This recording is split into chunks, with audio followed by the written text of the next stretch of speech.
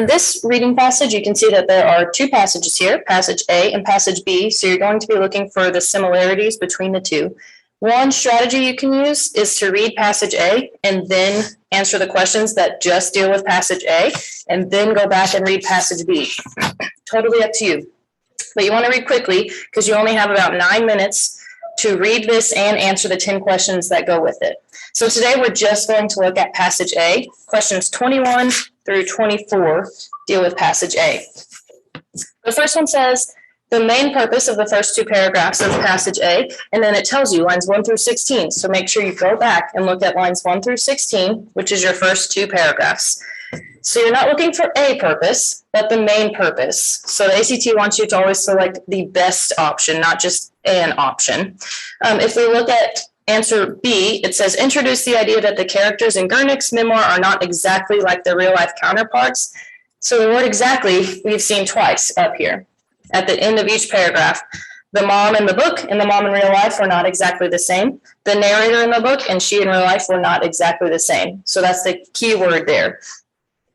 So that's why answer choice B is the best one there. The other ones may be a purpose, but not the main purpose of those two paragraphs.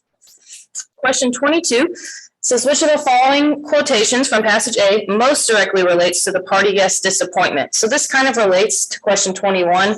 Basically, which quote gives us evidence that their characters were not exactly the same, and the fact that people were disappointed. If we look at this one, we ourselves were just a rough draft of the written characters. That explains why everyone who met her was disappointed.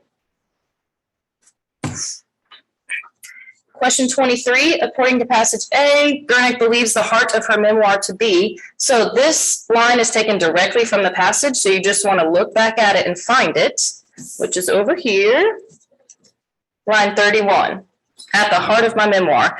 So you want to read stuff, and hopefully you read it and look at it and think, okay, I've seen this before, where can I find this in the passage? So at the heart of my memoir lay a revelation. So we have the word revelation.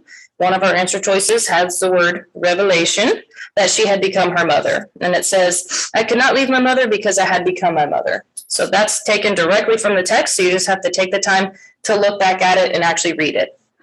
24, according to passage A, Gurnick believes the memoirs belong to the category of, again, this is taken directly from the text as well.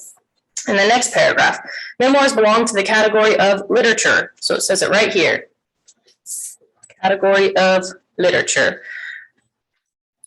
So again, just take the time to look back in the text and you'll find the answers. I know you don't have a lot of time, so you have to move quickly.